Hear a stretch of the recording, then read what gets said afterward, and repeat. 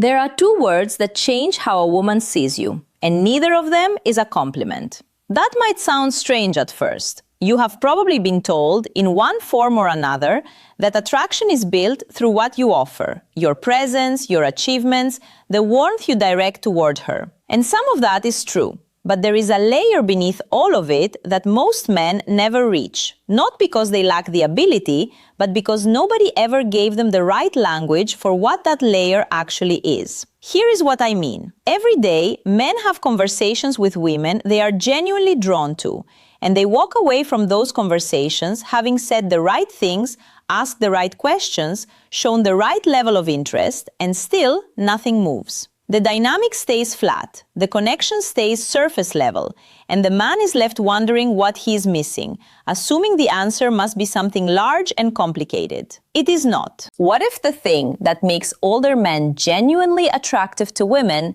has nothing to do with what they look like, what they own, or how hard they try, and everything to do with two words most men use far too rarely? By the end of this video, you will know exactly what those words are, why they work at a psychological level most advice never reaches, and why you, specifically at this stage of your life, are more equipped to use them than you have ever been. Younger men compete on energy.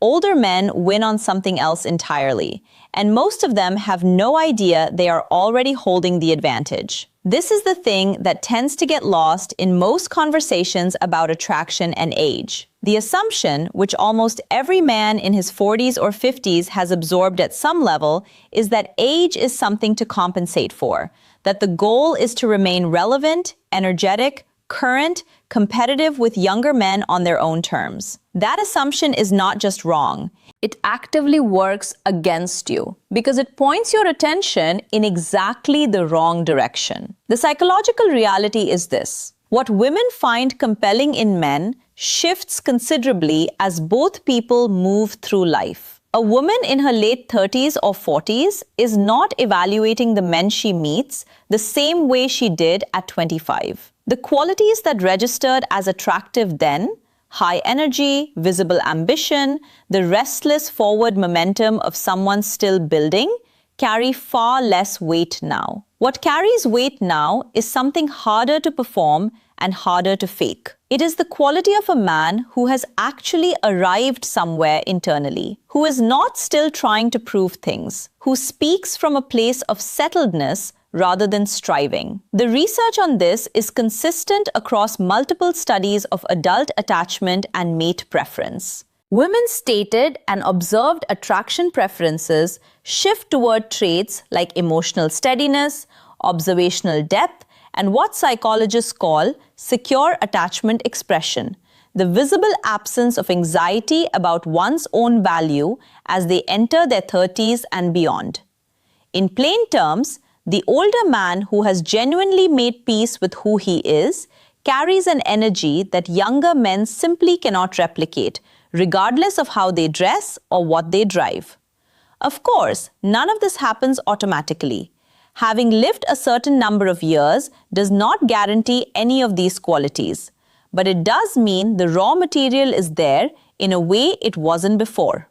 The life experience that builds genuine perspective, the patience that comes from having been through things, the calm that emerges when you have stopped needing every interaction to go a particular way, these are things that age can produce if a man has been paying attention to his own interior life. You may have spent years thinking your age was something to work around.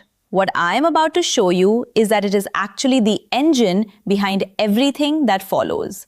And the foundation of that advantage comes down to something that has nothing to do with looks, status, or even experience. It comes down to what your words communicate about your relationship with her approval. Most men lose attraction not because of what they say, but because of why they say it. And the difference shows up in ways she can feel before she can name. This is one of those things that is obvious once it is pointed out and almost invisible until then. When a man is in a conversation with a woman he finds attractive, there is very often a secondary conversation running beneath the surface of his words. A quiet, continuous checking of how things are landing, a low-level monitoring of her responses, an unconscious calibration of what to say next based on what seems to be working. He is not doing this cynically. He is doing it because he cares how she sees him. But the problem is that this monitoring is detectable. Not consciously necessarily, but at the level of tone, pacing, word choice, and the slight upward tilt in his voice at the end of statements that should be statements but come out sounding like questions. This is what approval-seeking language actually looks like in practice. It is not always obvious. It is not the man who opens with a string of compliments or talks too much about his accomplishments. It is often far subtler. The unnecessary qualifier added at the end of an opinion, the laugh that comes slightly too quickly after something he said, the way a sentence that could have stood on its own gets extended into reassurance seeking. Each of these micro behaviors individually means very little, but as a pattern across a conversation, they communicate something her nervous system registers clearly. This man's internal state is dependent on my response. And that single perception, whether she could articulate it or not, is one of the most reliable attraction neutralizers there is. Not because women are looking for arrogance, not because they want someone who doesn't care, but because the nervous system reads approval dependence as instability, and instability does not feel safe to move toward. Now you might be thinking, is this really just about confidence? And the answer is partly yes, but the word confidence is too vague to be useful here. What we are actually talking about is something more specific. The quality of a man whose words do not ask for anything, who can make an observation, share an opinion, or notice something about her without requiring her to confirm that he was right to say it. That specific quality, communication without underlying request, is what the two words we're building toward produce when they're used correctly. The exit from that trap is not silence and it is not aloofness. It is a very specific quality that lives inside two ordinary words. And once you understand what that quality is, you will hear it everywhere. The two words are not dramatic, they're not poetic. And the first time you hear them, you might wonder why they matter at all, until you understand what they're actually saying beneath the surface. The two words are, I notice. That is it. Two words that most men use occasionally and most men never fully understand. Not as an opener, not as a technique to deploy, but as a structural element of how a man who has nothing to prove actually speaks. And why that way of speaking lands with a force that longer, more careful sentences almost never achieve. Here's the psychological architecture of why this works. When you say, I notice, you are doing three things simultaneously, none of which require her to respond in any particular way. First, you are communicating that you have been paying genuine attention, not performing attention, not making a show of listening, but actually observing something specific about her that most people in the room did not register. Second, you are delivering that observation without framing it as a question, without softening it into a compliment, and without waiting to see if she approves of you for saying it. Third, and most importantly, you are creating a moment of contact, real contact, the kind that comes from being genuinely seen, without asking for anything in return. Compare this to a compliment, which is the default move most men reach for. A compliment says, here is something I appreciate about you. That is not nothing, but underneath it, there is almost always an implicit request, a hope that she will receive it warmly, respond favorably, think better of him for having said it. The compliment, however well-intentioned, carries a hidden weight that she can feel. I notice, when used correctly, carries none of that weight. It is a pure offering, no invoice attached. Researchers who study interpersonal communication have documented what they call non-contingent positive regard, the experience of receiving genuine acknowledgement from someone who is not waiting to be rewarded for giving it. In controlled studies, non-contingent acknowledgement consistently produces stronger emotional bonding responses than contingent expressions of approval, even when the contingent expression is more effusive. In plainer language, being noticed without being flattered lands deeper than being flattered without being noticed. Of course, two words alone do not carry all of this on their own. Context shapes meaning. Delivery shapes meaning. And what comes after those two words shapes meaning more than almost anything else, which is exactly where we need to go next. But knowing the words is only the first layer, because I notice used carelessly is just observation, and I notice used with understanding is something a woman will remember long after the conversation ends. Two words said the wrong way are just two words. Two words said the right way are a statement about who you are, and she will hear the difference immediately. Let me give you a specific picture of what this looks like in practice, because the difference between effective and ineffective use of this phrase is not abstract. It is entirely visible in the delivery. Imagine you are in a conversation with a woman and she has just described something she is working on, a project, a decision, a situation in her life that she clearly cares about. The ineffective version looks like this. You lean forward slightly, your voice lifts, and you say, "I notice you're really passionate about this," with a tone that rises at the end that signals you are hoping she will agree that you are offering this observation as a gift you would like acknowledged. That version lands as a compliment with extra steps. It carries the same approval-seeking energy as everything else, just dressed differently. The effective version is quieter. The conversation reaches a natural pause, not a silence you engineered, but one that arrived on its own. You let it sit for a moment, and then, without leaning in, without changing your vocal energy, you say, "I notice you chose your words very carefully just then." Flat, calm, not a question, not waiting. The sentence ends and you do not add anything to soften it or explain it or invite her to respond. You simply observed something real, said it plainly, and let it exist. The three variables that determine which version you are producing are timing, specificity, and tone. Timing means you use this phrase in a moment of genuine conversational stillness, not as a tool to fill a gap or redirect an exchange that isn't going the way you hoped. Specificity means what follows, "I notice," must be something you actually observed, something precise, something that required attention to see, not a generic positive framing of whatever she just said. And tone means the phrase is delivered with the same unhurried flatness as everything else you say. No uplift, no performance, no broadcasting of the fact that you think you just said something meaningful. Now, you might wonder, won't this come across as strange? Won't she find it unusual?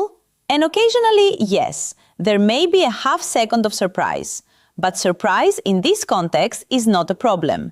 It is the feeling of something different arriving. Most women have very rarely been on the receiving end of this kind of observation from a man, and the surprise is usually followed very quickly by something else. A slight stillness, a quality of attention turning fully toward you, a shift in the dynamic that you will recognize immediately once you have felt it. And what you choose to notice, what you point these words toward, matters more than almost anything else, because it tells her something about your level of attention that most men simply do not have. What you choose to notice tells her more about you than anything you could say about yourself.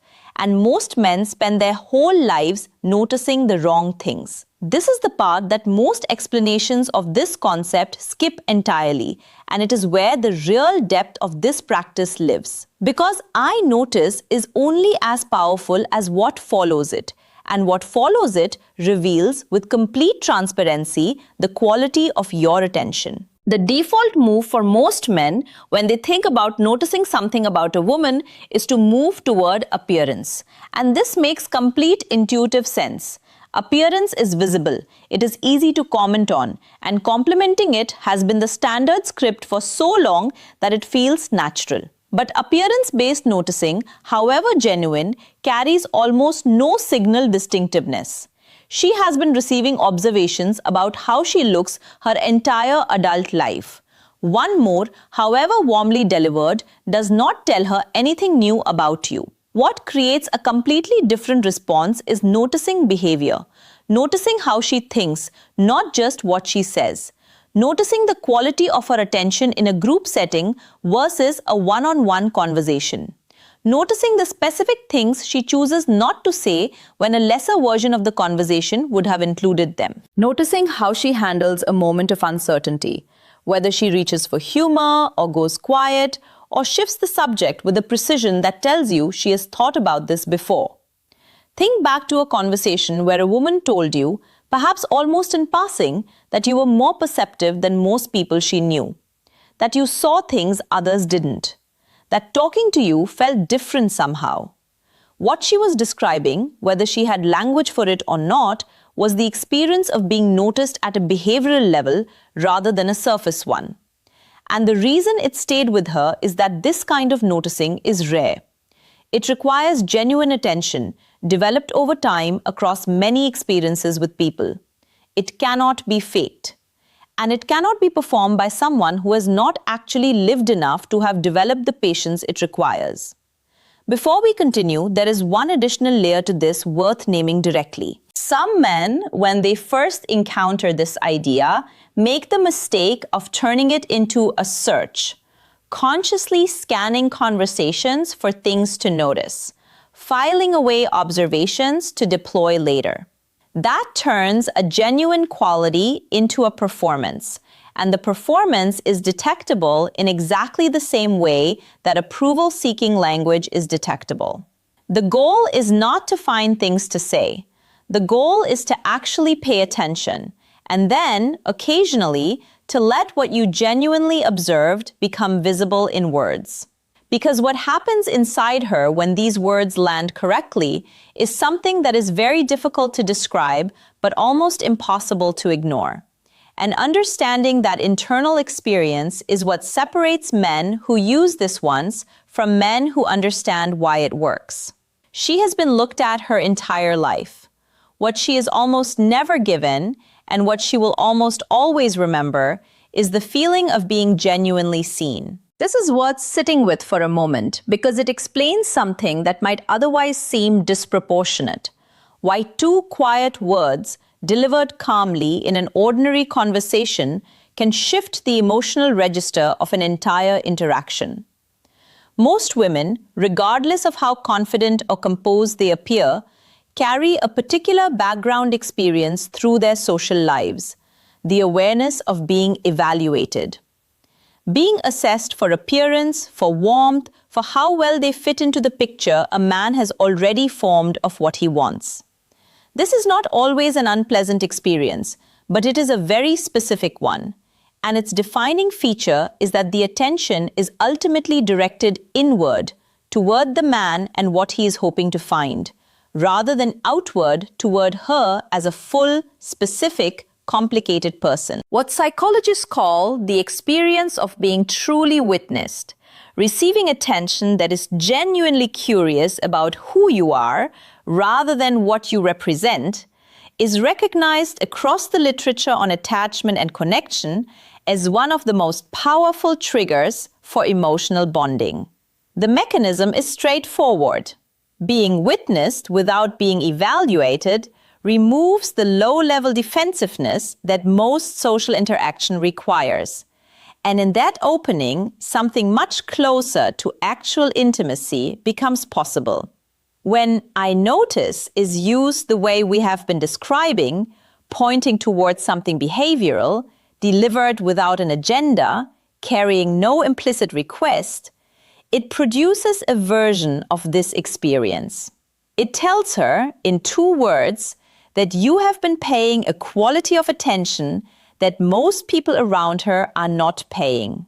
That you saw something specific and real, and that you are comfortable enough in yourself to name it without needing anything back. That combination, genuine observation, shared without vulnerability anxiety, delivered by someone who is clearly not destabilized by how it lands, is one of the rarest things available in adult conversation. And it is, not coincidentally, one of the things women describe most consistently when they try to articulate what drew them to a particular man before they understood exactly why. Of course, this does not mean that 2 words alone build a relationship. Context, character, genuine interest in who she is, all of this matters enormously. But the words are the door, and what you are learning right now is how to open it. And that brings us to the piece of this that almost nobody talks about.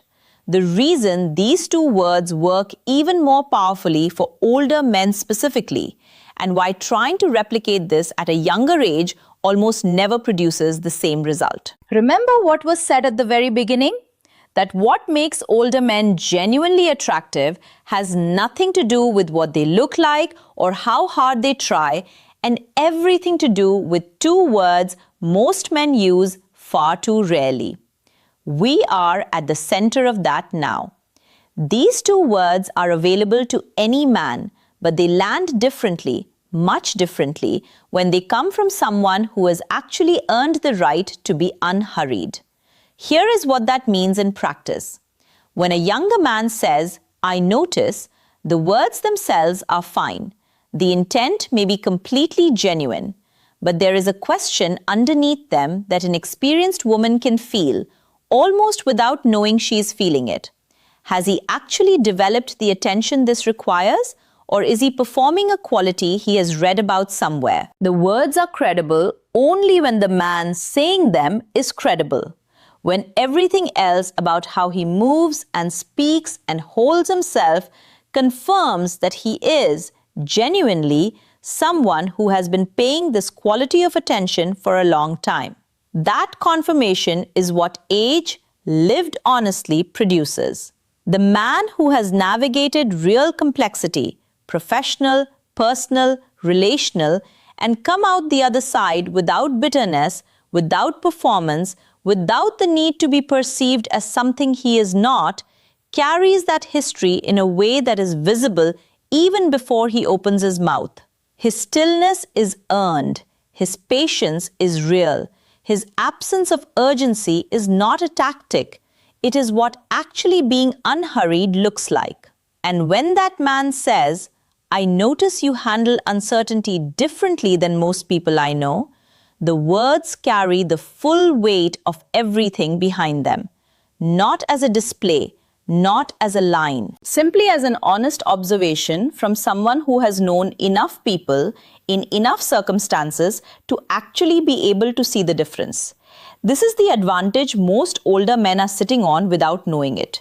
Not the life they have built externally, not the confidence that comes from external achievement, but the internal settledness that comes from having been through things and remained intact, and the communication that flows naturally from that place, quiet and specific and entirely without need. You have spent years becoming someone worth noticing. It is time to use that. Everything covered in this video points toward the same underlying truth. Attraction at this level and at this stage of life is not built through more. It is built through better, more specific, more genuine, more unhurried. 2 words, used at the right moment, pointed at the right thing, delivered from the right place internally, carry more weight than a carefully constructed hour of impressive conversation, because they tell her something that the impressive conversation cannot tell her. That you are someone who was paying attention before you decided to speak. The broader principle is this. A man who has stopped needing to prove things communicates that absence of need in everything he says and everything he doesn't say. The 2 words we covered today are simply the most direct expression of that quality in language. You do not need to rehearse this. You do not need to scan conversations looking for moments to deploy it. What you need is to actually pay attention, to slow down enough to notice specific, real things about the people in front of you, and then, occasionally, to let that noticing become visible in the calmest, most direct words available. Has a woman ever told you that you notice things other people don't? Or have you ever felt the difference when someone truly saw you? Tell me in the comments. I read every single one, and the answers to that question are always worth reading. If what we explore here resonates with you, subscribing means you will be here for what comes next. On this channel, we go into the psychology of attraction and human behavior with more depth and more honesty than most places are willing to. In the next video, I'm going to show you the one phrase older men say without thinking that quietly shuts down attraction before it ever forms. And once you hear it, you will never say it the same way again.